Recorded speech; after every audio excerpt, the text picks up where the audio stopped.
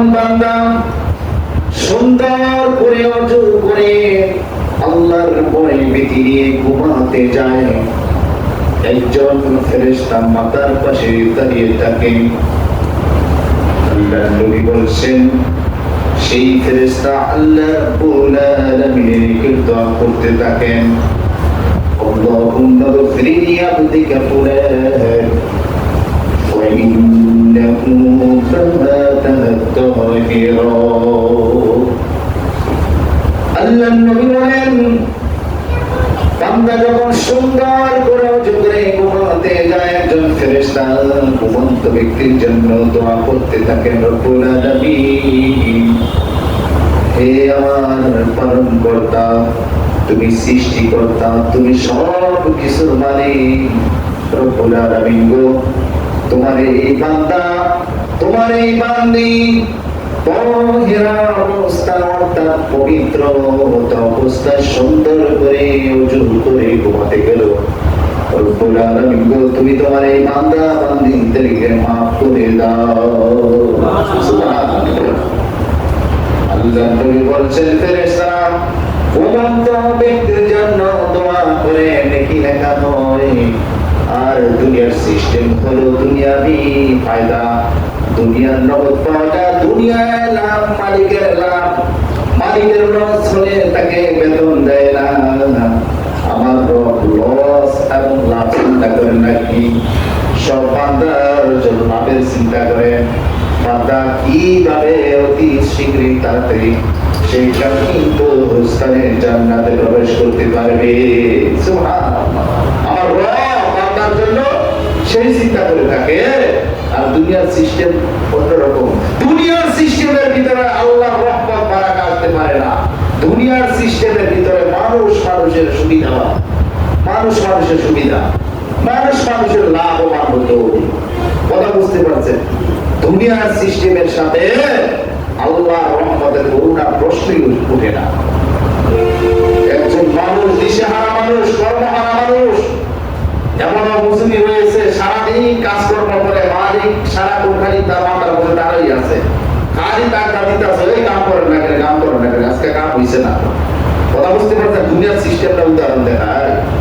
শ্রমিক যখন কাজে আসে 1000 টাকা, আগে ছিল 300 টাকা, 500 টাকা, এখন এই কৃষকের মাথা গরম, আর টাকা একটা জীবন শেষ করে তার বাইরে বুঝলেন, সমস্যা নাই, 1000 টাকা দিয়ে আনছি, আমার কাজ সব শেষ করতেই মাথা গরম, টাকা ওই 1000 টাকা হিসাব করা শুরু করে দেয়।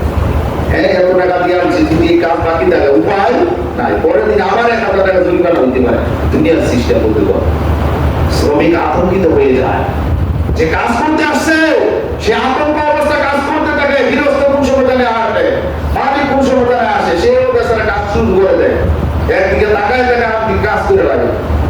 দেখি তো বাস্তব, আমার আলোচনা কোনো বাস্তব কি হয়ে থাকে, তাদের সাথে কথাবার্তা বলি আমরা, যে হুজুর কি করবো, যখন তাদের কাছে বিক্রি হয়ে গেছি, সে সালাম করে আসছে মসজিদ থেকে, কিন্তু আমি তার বাড়িতে কাজ আসলাম, সে একবার বলে না, তুমি কি জোহরের সালাত পড়েছো, বলে না। ও তার কর্ম যদি কম হয়ে যায়, সে আমাকে বলে না সালাত পড়ার জন্য, কাজের হিসাব করে। সব সব সব জায়গায় না, কিন্তু আলহামদুলিল্লাহ আল্লাহর কাছে বান্দা আছে যারা বলে, এই আগে সালাত আদায় করে আসো, পরে তুমি আমার কাজ করবা। এবং বান্দা না থাকলে ওদের দুনিয়া আছে, আলহামদুলিল্লাহ। অধিকাংশ মানুষ নিজের লাভটাই বোঝে, কিন্তু দুনিয়ার সিস্টেম আর অত শ্রমিককে সহজ করে দেওয়া, শ্রমিককে সহজ করে দেওয়া, তাকে সহযোগিতা করা, এই দিকতে দাওয়াতের বাধ্য হতে পারে না। হতে পারে শ্রমিক জ্ঞানবাদী, হতে শ্রমিক কোনটি সালাত আদায় করে না, হতে পারে, কিন্তু আপনার ব্যবহার আচরণের কারণে সে সালাতি হয়ে যেতে পারে। আপনার 1000 টাকার বিনিময়ে তার জীবনটা পরিবর্তন হয়ে যেতে পারে। আল্লাহর নবী বলেছেন, ওয়াল্লাহি লা ইয়াহদি আল্লাহু বিকা রাজুলান ওয়াহিদা, তোমার একজনের পরিশ্রমের কারণে যদি ওই লোকটা পরিবর্তন হয়ে যায়, লাখ অপেক্ষা নেকি আপনার আমার আমলনামা লিখে দেওয়া হবে। সুবহানাল্লাহ। 1000 টাকার পরিবর্তন আপনি সিস্টেম করেন না, কৌশল করেন না, পরিশ্রমীকে 5 ওয়াক্ত সালাত আদায় করে আলহামদুলিল্লাহ যতটুকু কাজ করেছে আলহামদুলিল্লাহ, যা আসছে এটা দাওয়াতের সিস্টেম হতে পারে। যদি নিয়ত যদি ঠিক থাকে, আল্লাহর ভয় যদি থাকে, মালিক শ্রমিক ভয় করতে হবে কাকে?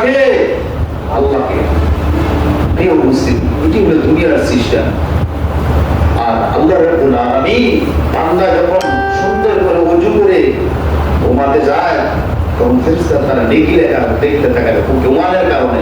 ঘুমটা কেন সাদাকা হিসেবে গণ্য হলো? ওই যে ওযু করে আল্লাহর নাম স্মরণ করে যা ঘুমানোর যাওয়ার কারণে নেকি লেখা হচ্ছে। সুবহানাল্লাহ।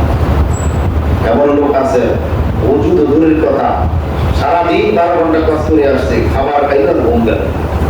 স্ত্রী জিজ্ঞাসা করলো না সালাত আদায় করছো কিনা, স্বামী স্ত্রী জিজ্ঞাসা করলো না সালাত আদায় হলো কিনা। এরকম সংসার অনেক আছে, অনেক আছে। আল্লাহ যাতে আমাদেরকে তা থেকে হেফাজত করেন। প্রিয় মুসলিম, আল্লাহর নবী বলেন মানুষ যখন ঘুমাতে যায় তার সাথে বড় ধরনের একটি দুর্ঘটনা ঘটতে পারে। প্রতিদিন সেই দুর্ঘটনার সম্মুখীন হয় মানুষ যখন ঘুমাতে যায়।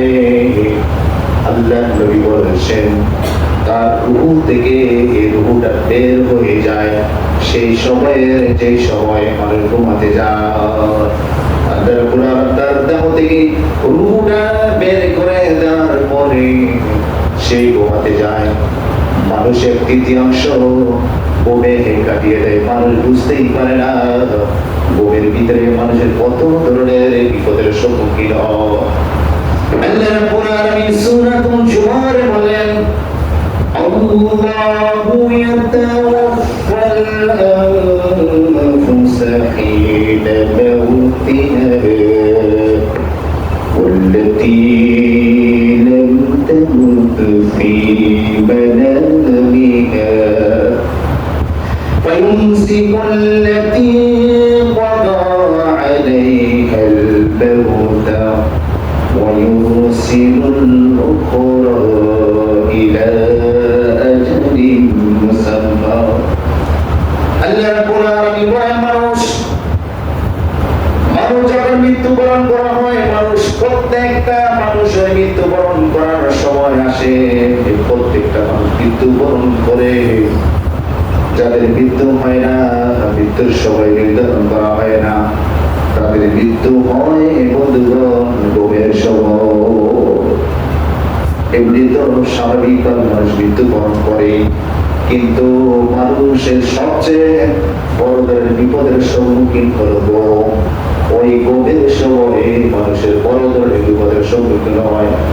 ও দুনিয়ার মানুষেরা, মানুষ যদি জানতো ঘুমের সময় মানুষের বড় ধরনের বিপদের সম্মুখীন হয়, তাহলে প্রতিদিন মানুষ যে অন্যায় করেছে, ভুল করেছে, আল্লাহ রাব্বুল আলামিনের সাথে নাফরমানি করেছে, সেই নাফরমানি অন্যায়গুলি স্মরণ করে দুনিয়ার যে জায়গা আমরা রয়েছে, আমানত রয়েছে, তা পরিপূর্ণভাবে পরিশোধ করে বান্দা ঘুমাতে যাবে।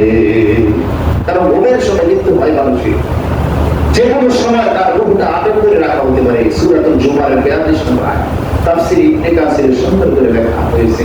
মানুষ যখন ঘুমাতে যায় তখন রূহটা আটক করে রাখা হয়। যখন আল্লাহ রাব্বুল আলামিন মানুষকে ফেরেশতাকে নির্দেশ দেন যে তার রূহটা আবার ফেরত দেওয়ার জন্য, তখন আবার আপনার দেহে ফিরত আসে রূহ। কথা বুঝতে পারছি? আল্লাহর অনুমতি ক্রমে দ্বিতীয়বার মানুষের রূহ ফেরত দেওয়া হয়। এটি প্রতিদিনই এই ঘটনা হয়ে থাকে। আপনারা কত বড় ধরনের বিপদের সম্মুখীন আছে দেখছেন? এই ক্ষেত্রে সব ধরনের মানুষের সাথে এই আচরণ হয়। যারা বেনামাজি, যারা সালাত আদায় করে না, যারা আল্লাহ দ্রোহী, যারা হারামকারীদের সাথে জড়িত, যারা কাফের মুশরিক, তাদের সকলের ক্ষেত্রে এই অনুমতি চাওয়া হয়। দেখেন আল্লাহ কত মহান, আল্লাহ কত মহান। বড় অহংকার দাম্ভিকতা করে আল্লাহর সাথে নাফরমানি করে, আর আল্লাহ প্রতিদিন তাকে জীবন দান করে। মানুষ জানেই না কি বড় ধরনের বিপদের সম্মুখীন হয়।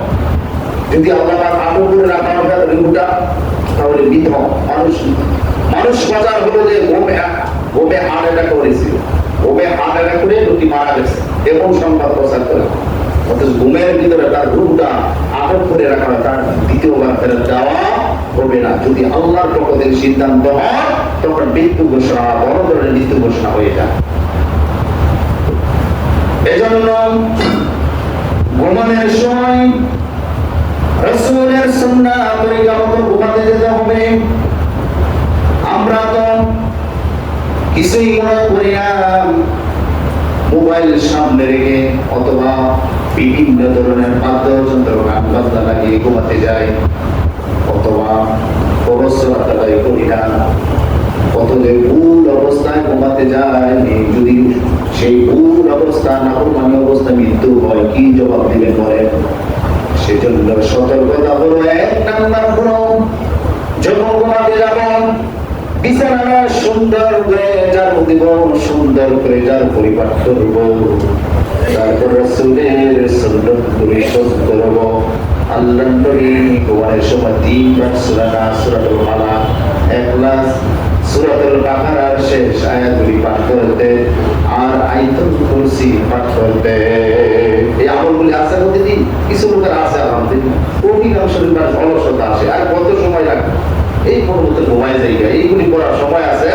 12 ঘন্টা বেচারা ডিউটি হয়ে যাইছে, আর 2 মিনিট 5 মিনিট আল্লাহর রাস্তায় চিরস্থায়ী চিরকালের জন্য বিদায় নিতে পারে, চিরকালের জন্য বিদায় নিতে পারে। সে চিরকালের জন্য 5 মিনিট সময় ব্যয় করতে মানুষের মন চায় না। এই শয়তানের কাজ ছাড়া কিছুই না। শয়তান মানুষকে অলসতা করে রাখে, বিমুখ করে রাখে, কল্যাণকর কাজ থেকে দূরে রাখে। এগুলি কার কাজ? শয়তানের। কত 12 ঘন্টার ভিতরে দেখবেন কত কষ্ট, কত পরিশ্রম করে কাজ করে আসছে। মিল ফ্যাক্টরি, রিক্সা চালক, দিন মজুরি, কত ধরনের কাজ আছে না নাই? সেই কাজ কিন্তু করে আসছে বেচারা। কিন্তু ঘুমানোর সময় চিরকালের শেষ নিদ্রা হতে পারে, সেই ঘুমানোর আগে এই সুন্নাত গুলা পালন না। সালাত নাই, অনেকে আছে বেনামাজি অবস্থা ঘুমাতে না, কোনো সালাতই নাই, নামাজের কিচ্ছু নাই, ওযু তো নাই। এজন্য আল্লাহর নবী বলছেন, মানুষ যখন ঘুমাতে যাবে সুন্দর করে ওযু করে ঘুমাতে যাবে, রাসূলের তরিকা মতন দোয়াগুলি পাঠ করবে। আল্লাহুম্মা বিইসমিকা আমুতু ওয়া আহয়া, এর অর্থ হলো আল্লাহ তোমার নামে মৃত্যুবরণ করলাম, তোমার নামে মৃত্যুবরণ করলাম, যদি তুমি আমাকে পুনরায় জীবন দান করো। এটা স্বীকৃতি দিয়ে ঘুমাইতে যাইতেছে। কথা বুঝতে পারছেন? যখন ঘুম শেষ, আলহামদুলিল্লাহ, আবার পুনরায় আমাকে জীবন দান করলেন। জীবন দেওয়ার ক্ষেত্রে, শুকরিয়া আদায়ের ক্ষেত্রে আমরা দোয়া পাঠ করবো, প্রতিদিন এই দোয়া পাঠ করবো, আলহামদুলিল্লাহ আল্লাযী আহয়ানা বা'দা মা আমাতানা ওয়া ইলাইহিন নুশুর। এই দোয়া পাঠ করি আমরা, করি না, করতে পারতে হবে। হ্যাঁ, ওই 3টার সময় কাজের কথা হেলারুতে আছে, মাদ্রাসাটা নষ্ট, খুব না দিয়ে শুরু করে দেবো। কথা বুঝতে পারছে? শুকরিয়া কি করবো? কিছু লোকের আছে বেশিরভাগ লোক আল্লাহকে স্মরণ করে না।